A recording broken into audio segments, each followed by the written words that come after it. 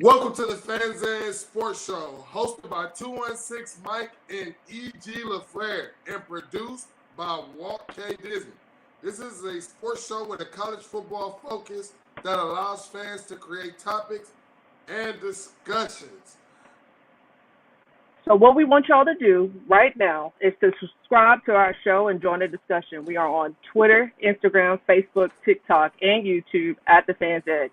We stream live every Sunday night, and the show will be available on podcast platforms every Monday morning. So make sure y'all tune in. What's good? What's going on, everybody? How y'all doing? What's going Blessed, on, people? blessed to see another day. My people, blessed to talk noise another day, man. Blessed, blessed to be here discussing college football any day, man. It's what I love to do. Oh yes, oh yes. So you know what? Let's jump right into it with some top news stories. The WNBA All Star Weekend was this weekend, hosted in Chicago. This was Sylvia Fowles and Sue Bird's final WNBA All Star game, as this is their final season.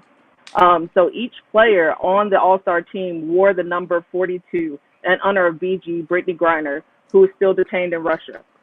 For those of you who did know that BG recently pled guilty for possession of THC cannabis, the vape oil, in Russia, and has been detained, I want to say, around 130, 140 days. So her trial is going on right now. It will be going on to the end of August. So, I Yeah, mean, after she pled guilty, she asked the courts for mercy, and it's really an unfortunate situation. But this is something that Russia has done to Americans, locking them up forever, for years. It taking them a long time to get home. This is nothing new from Russia, and the fact that there is during wartime, she's being used for propaganda. And if you're hearing about like prisoner swaps and the things that they're wanting, it doesn't add up at all. Like they want, guys to be released who sold weapons of mass destruction and things like that. Like that does right. not add up. You know what I'm saying?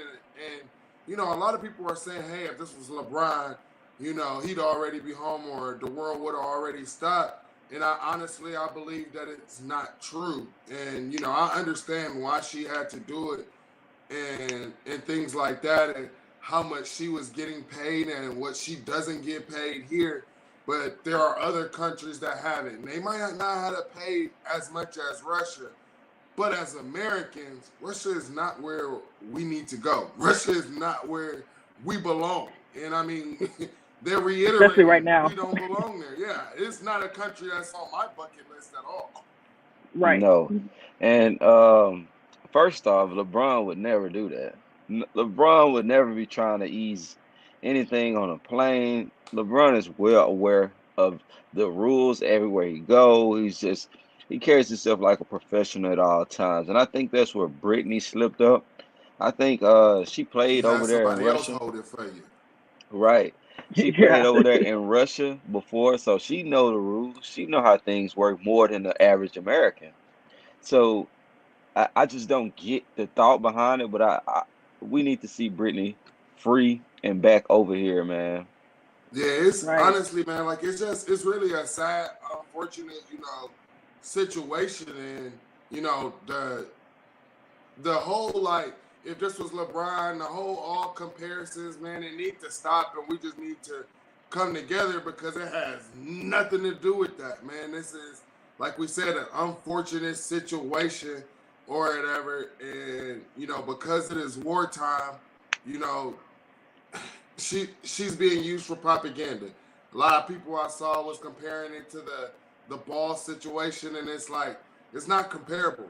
For one, it's two different countries, and it's not during the wartime. You know, it is not a comparable thing, man. And like I said, free Brittany Griner. Right. We hope that she Free can get out Brittany, and get man. home soon. Free BG. You Yeah. know, And as a black female, I could not imagine being locked up in a whole completely different country with a language barrier, having to go through all of that. So much love to her and her wife and her family, and we hope that you get home soon. Hey, yeah, and they don't like all the right. LGBTQ over there either. And Nope. and in the sales and in her everyday life is tough in there. They don't respect her because she's a basketball player, but I bet they do respect the fact that she's 6'8" in there. That ain't a normal person. That ain't a normal person in there. I'm pretty sure she holding her own, but still free BG, man. Free Britney, man. Hey, For and hopefully sure. maybe she got some fans in there. So who knows? You know? Right. Okay, true, true. Yeah. Okay. So moving on to college football, recruiting. You know, that's what everybody's talking about these days. So I wanted to bring up the topic. Who is winning right now to you guys when it comes to college football recruitment? And then which team do you think is under pressure?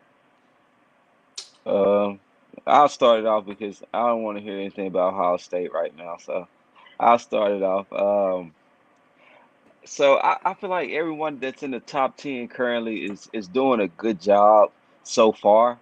But my thing is it's a lot of 5-star guys left out there. So once those guys start committing, a lot of teams will move up and a lot of teams will move down and vice versa. But one thing I do notice is the quantity of the Arkansas Razorbacks right now. They've signed 21 players and it's only July. Me being an Arkansas fan, I know firsthand that that's not normal for us, to have 21 already right now. And of course, some might decommit, but to have 21 so early is great. Also, I'm watching Miami, man. They're doing some special things down there in Miami. Cristobal has got the ball rolling. He's doing a lot of things, and also Tennessee. Tennessee is making some noise. Um, Tennessee's they signed a 5-star guy today and one Yep. last week, if I'm not mistaken. And that's really saying something. I don't know if it's NIL money or people are just want to come to Tennessee. A lot of people want to come to Tennessee for some reason. I just want to see them win with those guys. A lot of people go there, and the one guy I want to mention is the one team I want to mention is Notre Dame. Their coach in his first year there, he's doing a wonderful job. I don't think this is his first year there, but I think his first year being the head guy. But man, he's recruiting like no other, man. And me and Mike talked in like text messages about it. We talked about how much of a people person he is, and we think that he's a people's person. What's going on, Tuck? And and he's really selling something because they have a number one class. They got a lot of quantity in that class as well, with some pretty high rated guys. Marcus Freeman on fire. You got that right. Yep. What about you, Mike? What you Yeah. noticing in the So trail? so like when you're talking about the state of Florida right now, during these past few years, the one team we could say that all the three top Florida schools were down, right? Right, Talking about the University of Miami, talking about Florida, and then you're talking about Florida State. We know Florida State has been down since Jimbo left, but Hmm. what we're seeing with Miami having that surge, guys wanting to stay home in South Florida, I think that's big. But I feel like the way it's going and the way it's trending in Florida is there's only going to be one Florida school, and Mario Cristobal with the hottest coaching staff is taking full advantage of the down years of FSU, taking full advantage of the transition that's going on at Florida, and just some of these kids not truly believing in Florida. Like you said, what Notre Dame is doing is amazing. But I also want to pump the brakes. A lot of people are like, hey, these schools are in the top. And if you actually paid attention to recruiting last year, some of the schools that are at the top right now, when it came back to December and the final um, recruiting day and either, what is it, signing January day, or yeah, Yeah. signing signing. day, Yeah, Sunday Yeah, day. because you December got the and early one in February. December and then you got the late one in, I think, like late February. January or February. Hmm. So we seen teams like Bama sneak right back up, get their spot where they were supposed to be. But I'll tell you the ones that's concerned, because BG just hit on the ones that's on fire. I think what's concerning, like I said, the two Florida schools and then that team up north. What they did, they had one of their best seasons in the history of the program in the past 2 decades, right? And now they have no momentum. Is it because, they lost the offensive coordinator and Josh Gaddis, defensive coordinator, leaves and goes back to the NFL? Is it because of that? Is it because of Jim Harbaugh flirting with the NFL? And, being on vacation during a big recruiting weeks? You got guys decommitting there and going to other schools. I mean, I think that, like, what is going on? Like you said, Tennessee is making some noise in recruiting. We're seeing that. Um, we're seeing also USC do its thing. So I mean, recruiting it's early, man. I mean, some of the Yeah, teams that are at the top right now probably will not finish that, and some of these classes that are at the top are doing it without a quarterback committed to it. And to have, like, when you have a 5-star and stuff like that, and those guys committed, it really boosts you up in those recruiting and rankings it's a as lot of well. Right. those guys left. It's a lot of those guys left out there, and they'll be committing late December. Some people will get higher star ratings I as think they we're are going to see already a lot of committed. commits this month, like Yeah, this month, because Yeah. what you do here is a lot of these kids like to be committed and get their spot, so that way they can focus on their senior year of high school. Now, the recruits that BG is talking about is talking, like he said, those 5-star recruits, guys like Caleb Downs. There's been reports that he might want to see what these defenses look like this come preseason. Same thing with Matateo from the West Coast. He visited Ohio State, Oregon, USC, some of his top schools. He's wanting to see what these defenses are going to look like before he commits to any of them. And that's right, 1,000% Yeah. understandable. Um, Oh I yeah. remember JT Tuamala was like last year was one of the top recruits. I want to say he didn't even commit until July. We're talking about National Signing Day in February, right? Dude took, like, because his thing was like, I didn't get to see anything because of the Rona, right? So he right. waited. Right. He waited all the way until July, and then I mean he was even able to still be a vocal point and got reps or whatever throughout the season, which I thought was kind of crazy for a freshman, even though he was a 5-star. But they built these kids different, man. Yeah, they're And do built you different, man. do you think we might see an increase in those early commitments, probably trying to graduate early so they can participate in the spring game, maybe, or or get I, some run time with the team? Well, I think I, that's always coach's plan. Like coach's plan is to get them there as soon as possible. So if the guys are smart and know to stay on their stuff and know to have enough credits where you can graduate when you can early as possible and get right in their program because everyone wants their kid there in the spring as an early enrollee. The more you have, the better for your program.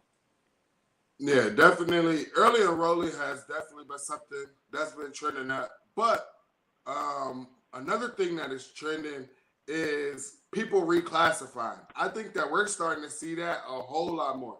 You had guys like Quinn Ewers not playing their senior season of high school football, and just like, hey, I can go to college and I can go ahead and make some NIL money, which he did. And sometimes I don't think that it's going to be beneficial for kids like that, but it can be beneficial as long as you have a right head on your shoulders. And some kids, they want to go early, but shout out to the kids who don't go in early and get that full experience, man, because this college football we see it's a business, and go Hmm. have as much of your high school fun that you can have because you're not going to be able to have that same fun, man. You're going to be fighting and competing for a spot. You don't know if the coach is recruiting another 5-star to actually come in and take your spot. I mean, that's why you end up seeing guys in the transfer portal. They're like, man, I don't want to compete against, before I was only competing against 5 guys. Now, they done recruited 3 more people at my position. Now I got to go up against 8 guys. We actually had Sam Hawkins and Carnell Tate in one of the spaces this week. And, Sam was talking about looking at the depth chart is a big thing, before committing to a school. You don't want to be committing against 14 guys. And it's not just about like being scared of competition, but when a coach has 14 guys to evaluate, that's kind of hard for you to get your type of shine as well. And then Camario said NIL not gonna let these kids Yeah, compete. I want to They speak on paid. that. I do want to speak on I this want to because speak on that well, too. there are rumors coming where Texas A&M, had used the bag for NIL and all of this stuff. And I want to speak on this about recruiting.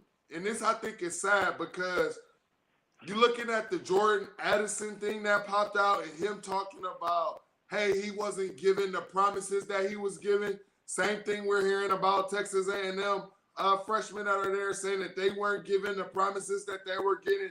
And what you're seeing is like the Jordan Addison situation. A school can promise you, but guess what you cannot do? You cannot legally sign anything until you Mhm. get to that school. So what are these schools doing? They're taking advantage of that. They're saying, hey, because in the business world, you don't go hot to somewhere else until you got that stuff signed on the dotted line. Locked. But it's illegal with the NCAA, right? So Mhm. these schools and these businesses are taking advantage of these young men. And I think that it's upon these schools to have programs to teach these guys about business, to teach them about, financial, because there's no reason that you should be going into, an NIL deal saying, hey, these guys didn't commit, keep their promises. Promises are promise. Coaches have, even before NIL, coaches have been promising these kids things and they never get them, you Hey, know?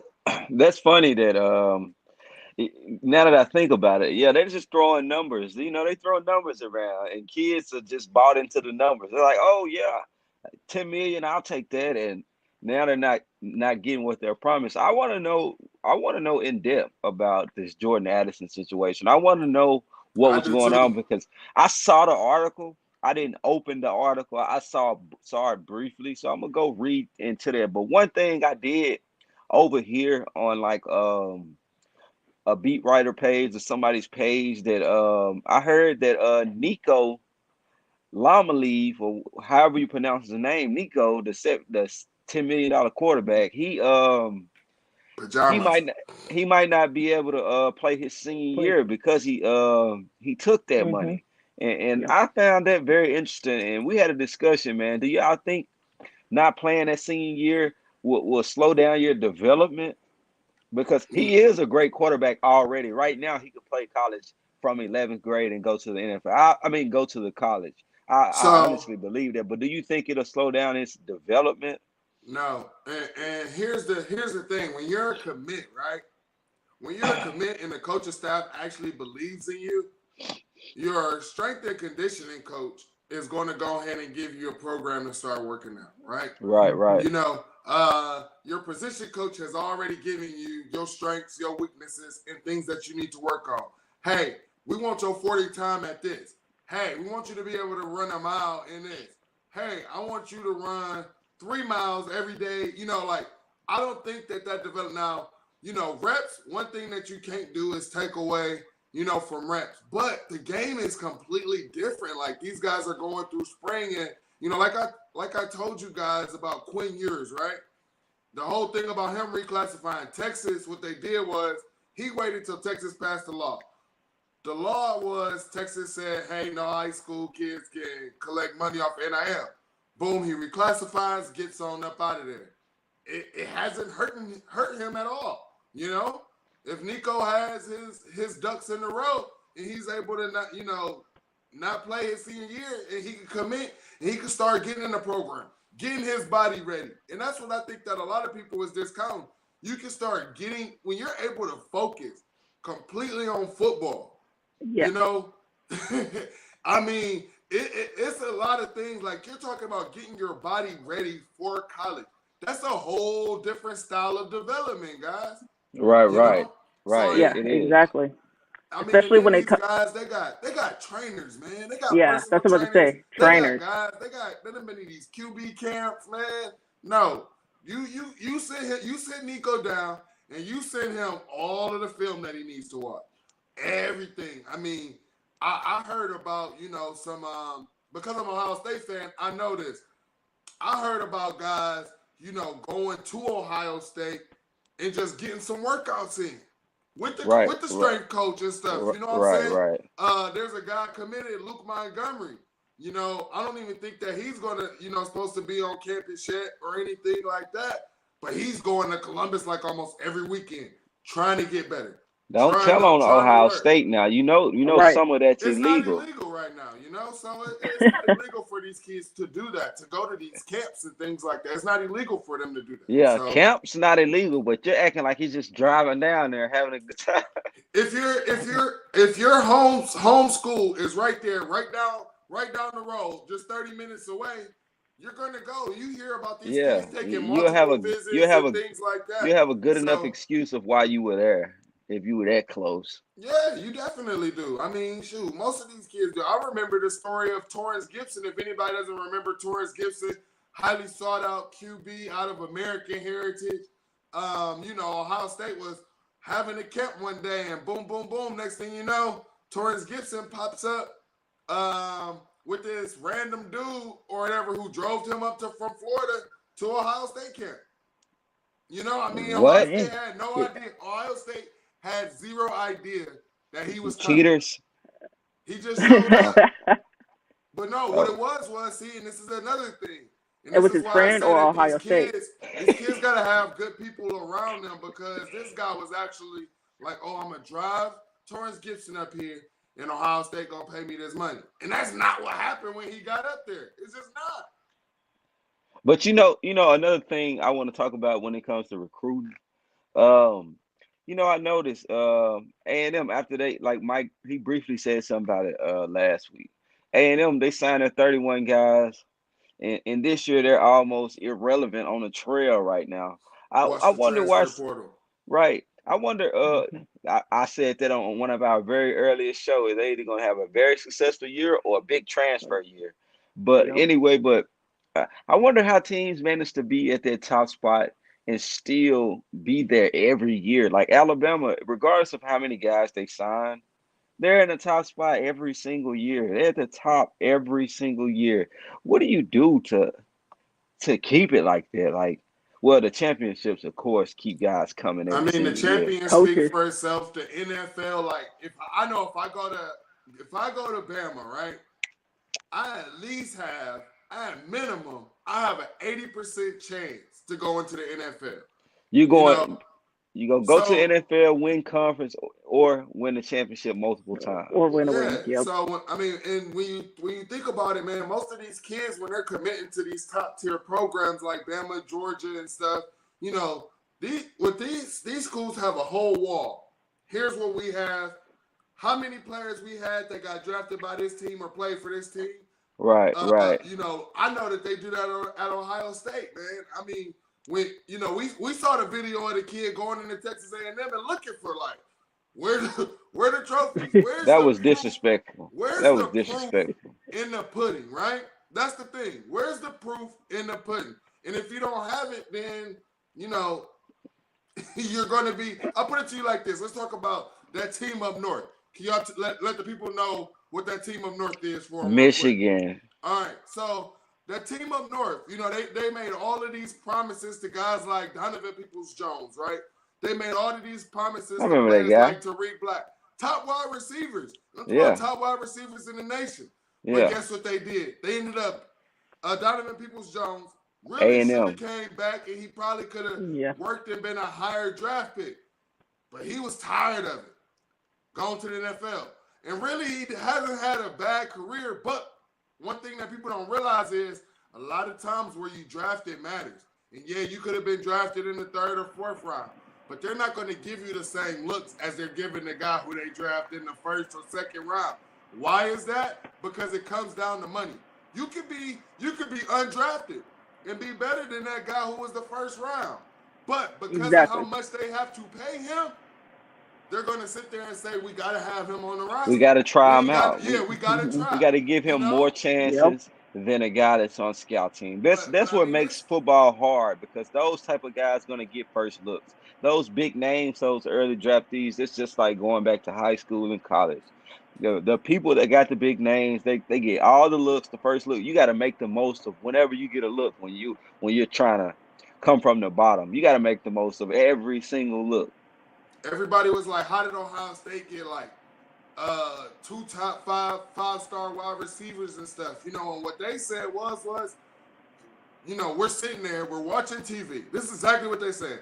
Sitting there watching TV, and Garrett Wilson goes, Chris Olave goes, and then J-Mo goes. They go back to back to back, and that's what Ohio State did. And then so I guess the idea was floated out there by Ryan Day to Brandon Ennis after Carnell Tate was like, hey, why don't y'all just go ahead and go back to back? And so then it was like, man, that would be cool. And so Carnell commits one day, then Brandon Ennis connects the next day, and then Noah Rogers commits the next day. But they said just watching them guys in the NFL development. And that's what it all comes down to. If you want to be an NFL kid, man, you're going to go to where the proof is in the pudding. I think that's why Tennessee actually, Carnell was in the space and he brought up Tennessee. He said he think that they're on the right track, but it's going to take them some time, and what kids are looking for, like I have been saying all along, they want right now. What's going on? Right? What can you do for me right now? I don't want to hear about what happened because he said that he ended up looking. He was like, wow, back in the day, before he was born, y'all was like wide receiver you at Tennessee. Y'all was, but it's irrelevant in his life era though, right? Exactly. Right. So, the instant gratification. And like when we into these Twitter spaces, that's what I try to explain to these kids. They want to bring up all of these years ago and stuff, and I'm trying to tell them these kids don't care about back then. About right now in the current era. I'm going to start hosting a lot more spaces from the Fans Edge page because I noticed when I go into these spaces, man, guys don't want the truth. They don't like to hear the truth. It was a guy told me last week. I was like, well, KJ Jefferson is 6'3", 250 pounds. He don't weigh that much. He ain't that big. I was like, how you don't watch football. You don't watch football, and the guys continue to just talk over me like I'm just saying anything here, and I'm like, yeah, see, that's what the spaces are, man. They just go and cater to what they know, and that kind of pisses me off. So we have to start our own grounds, get our own topics flowing. I would love that. Like I said, I did a space just with Arkansas fans, and it was real smooth. I had about 30 people come through. It was about 30 people in there. Steadily, it was about 10 or whatever or so. But we just talked about the new class, and I want to kind of talk to other teams and other spaces and new people, to see what's going on with their squad, so we can just stay in the know, so we can know. I listen when people tell me about their squad. I done learned so much about Ohio State that I kind of knew, but they just clearing it up. I learned a lot about the U. Yeah, the U. I learned a lot about stay away even from Florida. The U spaces. Hey, the U spaces get toxic. Bro, they will kick you out. They come in with the violence. The violence, boy. I've never like seen. if you mention they come for your anything head. about them, I've mention never seen anything about gangbang over recruits. I'm talking right. about actually gangbang. Like, this is crazy, bro. Right. I mean, I said something about 7 wins. They kicked me smooth out the space. I mean, you guys did win 7 games. Very emotional too. Yeah, very emotional. Like, but yeah, man, they were just telling me all my rights and wrongs. I'm just like, hey, man, I'm just trying to let you know I'm a real Arkansas fan here. I'm just giving you insight on what we got going. I couldn't even do that. Yeah. No, it's not. Y'all, I got Iowa State beating y'all. Fans, man, they want to be. It's amazing, They want to be back so bad, And the media wants them back. The only thing is like we people will attack me. You fans will attack me, and I'm like, why are you attacking me? If you actually go watch our show, we have a whole segment, and I actually picked Miami. I said the ACC is up for grabs. And Miami could be that team, right? I said, go watch our video. Yeah. Why are you attacking me? I said, why is it so hard to sit here and say, we want to see the proof in the pudding before we just jump on the bandwagon? What is so hard about that, Texas and Miami fans? It's simple, they don't want to hear it. And the media loves Texas just as much as their fans. I went back and watched our films from last year. I realized Texas was number 15 when we played them in the second game of the season last year. I'm like, Texas was number 15 for what? We beat those guys by almost 20 points. I think we won by 19 to be exact. and they were preseason ranked number rankings. That's why 15. I hate preseason rankings. Yeah, They ranked I don't want to Tennessee and hear. Texas extremely high every I single year. I every year. don't want to Yeah, hear. I But even know see, that. that's the thing. That's the bias voting of the AP Pro. That's why I said none of these rankings matter to me unless you're talking about college football playoff rankings. That's You know, all I this care is about. this is why it And the matters thing to is, me. why I tell and like why I tell like Miami fans because think about it. Miami fans will be in the top 25 too, and then not be ranked at the end of the season. Same thing with Texas or whatever. But the reason why I say preseason does not matter is because we do not know what you are as a team. Same thing that I've been telling people. Everybody's like on this USC hype, and I'm like, cool, but they don't know their identity. Same thing with Oregon. I was talking this morning about who will be the Pac-12, and you got people like USC and Lincoln Riley, and I'm like, they don't know their identity. Utah Right. knows their identity and has had their identity in culture. Oregon has to rebuild it. USC is rebuilding. You don't know what you can do yet. You Right. know? And my Right. thing is, I would say it's my last little segment on this. I mean, a little speech on this. But I like preseason rankings because, like, say for instance, you have your weekly games early in the year. You're 1, 2, 3, 4. You go 4-0. You go 5-0. You're easily ranked top 10 in the country. That's the only thing I like about rankings because you can maintain a ranking longer. And that's what I see a lot of polls doing. They let teams get a ranking so they can maintain that and be undefeated when they play certain teams and they can look better on paper. But when a team is not ranked starting the season, you're ranked 200 and you go 4-0, 5-0, beating all the small schools, you still not ranked. That's the only thing. I mean, I like being ranked starting the season. We starting the season at like number 20 so far. I want us to go ahead and go 3-4-0 and we'll be in the top 10. I want to look good for a little while. You know what And I'm as a saying? I Tennessee like that. fan, hey, I love the rankings. Look, at the beginning of the season, I was like, oh, okay. But you boy, know, by the end I, of I, the I season, want we to, can't ever close it out. right. The We finished difference ranked. between lower level tier programs and top tier programs. I mean, I don't want to start on that. Go ahead, Disney. It's the ball is in your court. I just want, well, we are a top tier program, especially as the amount of money that we do put into our program. But this year we gonna hope we produce. We always got high hopes. But anyway, moving on. Sports Illustrated released the top 10 must-see rematches for the 2022 season. So I'm just gonna go quickly through the ranking. 10 is Penn State at Auburn. 9 is Stanford at Oregon. Auburn at Alabama. Oklahoma State at Oklahoma. Michigan State at Michigan.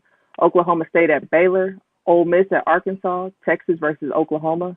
Michigan at Ohio State, and Texas A&M at Alabama. What y'all think about this? So Ah, I'll go first on this one. go ahead. So first I was looking at this list and I was like, dang man, that's a crappy list. But actually, like, it's really not. It's really not. All of these games, I want to see. And like I have said, you got, especially like we was talking about in the Twitter spaces, you got a lot of SEC fans who feel, that Big Ten opponents can't match up. And it's like, let's talk about the results on the field. Big Ten teams have beaten SEC teams. Same thing with SEC teams beat Big Ten teams. And, I like to see these, especially these two conferences go up against each other. Right now, Penn State has one above Auburn. Like, can they go and get another win? I would really like to see that. The Auburn and Alabama, it's a rivalry game, but I'm not too high on it. I understand what they did to Bama last year, having it go into overtime. But that one's I'm not too high on, so I do believe that they put it at the right spot at 8. I would probably change that in Oregon and put the Oregon Stanford one at 7. And I mean, obviously everybody wants to see it. I know me at number 2. I want to see the Ohio State and team up north. And I think they got it right with the number 1. Texas A&M coming off all this recruiting hype. What do you have? And one thing that I can say, I'm on record already saying this. The reason why I'm choosing Arkansas over Texas A&M in their game coming up is because I'm gonna trust Arkansas's quarterback. I've never trusted Texas A&M quarterback. They have not had a consistent Right. quarterback, or anything has not shown me that they can develop that Jimbo can develop a quarterback since Jameis Winston. So, I mean, until I'm able to see, like I say, the proof in the pudding, I will not be eating that pudding. Well, just I like that, Mike. I like that. I like you. You're a proof guy. You like to see proof, and I don't mind that. But looking at the list, there's at least three games I would like to see. First of all, of course, the Ohio State Michigan game, because that's the number one Big Ten game in my opinion. That's the one game in the Big Ten that I never want to miss anyway. Never. And I want to see that rematch. I want to see that matchup every year because Ohio State last year, I don't know what happened. What was that final score? It was 42-27. Woo! That's always a matchup I want to see, because, Ohio State fans let them tell it they can't be touched. And Michigan shows that's wrong every time. Like they Hey, brought them every back to dog has reality. his day. You know what I'm saying? You know, Exactly. Auburn has beaten Alabama when they were But cracking but teams but before hear Yep. me too. out So though.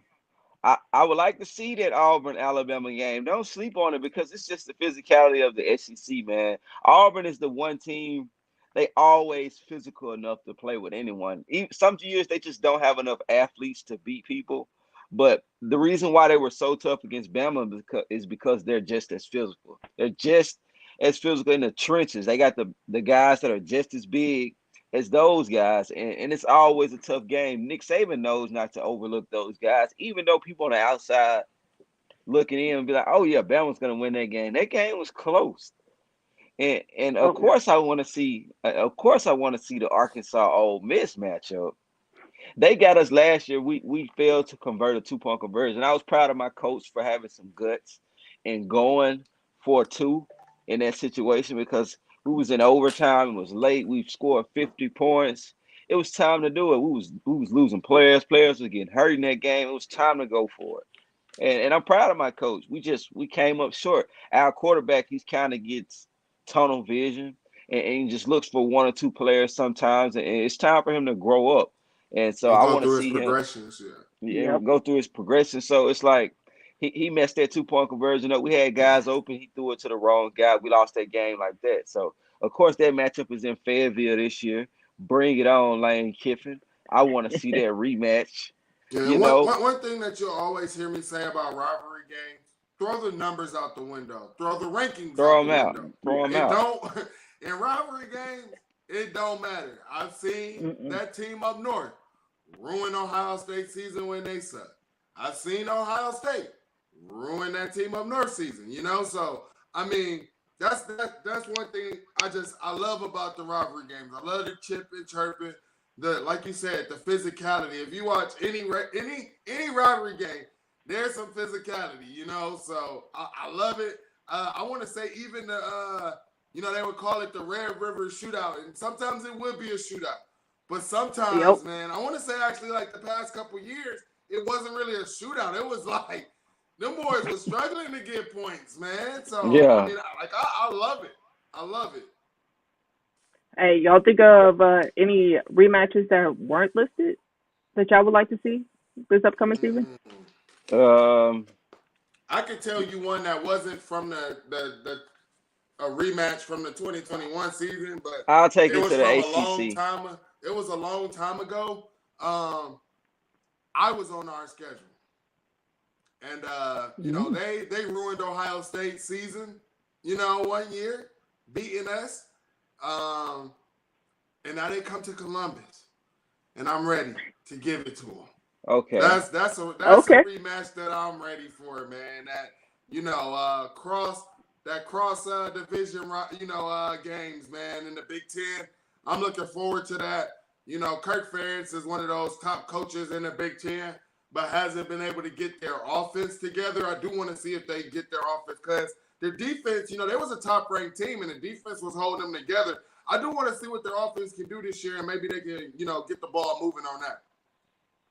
I Yep. would like to see some of those games in the ACC. Like I would like to see Miami and Clemson next year because Cristobal is supposed to be doing big things, this year, and Clemson they should be ahead of everyone in that conference this year. So I would like to see that game this year. I think that'll be a showdown. I want to see if Clemson's quarterback is he's finally coming into his own, or is quarterback development going or slow or they up gonna treat there him at like Kelly Clemson? Bryant. Exactly. So Because I want to. that's been a lot of the talk about Clemson. Are they going to That's yep. do a Kelly Bryant move again? Yeah, I don't know if his quarterback development is slow up there, or That's what what's I'm going thinking. on. That's what And I'm so leaning to. so I want to see some of those games, and I like to see those Tennessee versus Florida matchups. Those Yep. matchups there, they always come down to the last minute. They're like Always. a battle people don't talk about, but those two teams they play each other like they're rivals. You never know who will win, and they both have similar quarterbacks right now. They both have some young, nice quarterbacks, and we don't know who will win. Oh So yeah. It they're always talking comes down. about, well, this is one that I want to watch because especially the amount of talking from Oregon fans and what they believe that they can do, and I projected Utah to win the Pac-12, and I said why, but I want to see Oregon and Utah because Oregon spanked. I mean, Utah spanked Oregon twice last year, That would like be a back good to back, matchup. like spanked them twice. I want to see that rematch again. Yeah, and they say Crystal Ball didn't even want to be there last year, and they still got some good wins. Oregon still got some good wins, Yeah, and it's rumored that he was flirting with other Miami at the teams, time. right? Yeah, which He's is from Miami area, so yeah. I mean, he's he got went where he connections, played. Yeah, right? He got that's that checkbook understandable. wide open out there. Yeah, honestly, guys, I don't know about y'all, but I'm like, I got the jitters. We got like another month. Actually, just like probably, yeah, probably say another month before week 0 comes. Right. I Yep. don't know about y'all, but I'm giddy. You I'm know, tired of hearing all of the different fan bases talk. I'm I just am ready, like I too. said, I'm just ready to get the proof in this pudding. You know what I'm saying? So that way I can go ahead and eat it and it be delicious. You know, um, I'm ready for rosters to drop, man. Even before, we dive into like actual game time. I'm ready to see rosters drop. I'm ready to see who's on the first strings and what freshmen are coming right in and playing, what freshmen are starting. I'm just ready to see roster updates. I'm ready to see everything that lets me know it's close. Disney, you think he ready for his first college football fantasy? Oh no, it get a little crazy up in there. Yeah. I hope Yeah, It he get a and little ready. I'm crazy. excited. Yeah. Fantasy. I'm excited, man. I'm trying to be at those games. I'm trying to print some merch out. Every game I attend this year, I want to have a fans edge shirt. I want to do an interview at every game with the fans from the team I feel like is gonna win. I want to do an interview a fan, let them go crazy on the interview, and offer him a shirt for doing an interview just to spread it.